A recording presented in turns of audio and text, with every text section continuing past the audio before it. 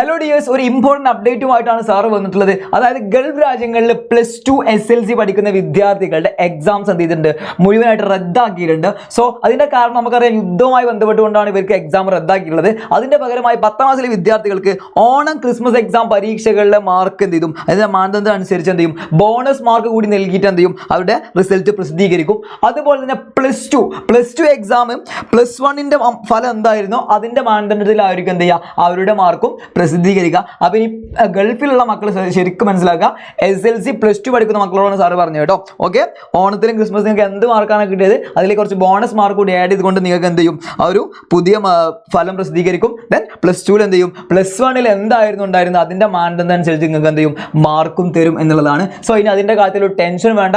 യുദ്ധം ഉണ്ടായത് കൊണ്ടാണ് എന്ത് ചെയ്തിട്ടുള്ളത്, നമ്മളുടെ എക്സാം റദ്ദാക്കാണ്ടായ സിറ്റുവേഷൻ ആയിട്ടുള്ള കേട്ടോ. സോ നിങ്ങളുടെ ഫ്രണ്ട്സിനൊക്കെ അറിയണമെങ്കിൽ എന്ത് ചെയ്യുക, ഈ ഒരു വീഡിയോന്റെ ലിങ്ക് പെട്ടെന്ന് ഷെയർ ചെയ്ത് കൊടുത്തു, അവരൊക്കെ ഒന്ന് അറിയട്ടെ കേട്ടോ. ഓക്കെ, സെറ്റ് ആയിട്ട് പഠിച്ചോ, ഫ്രണ്ട്സിനൊക്കെ വേഗം ഷെയർ ചെയ്തോ.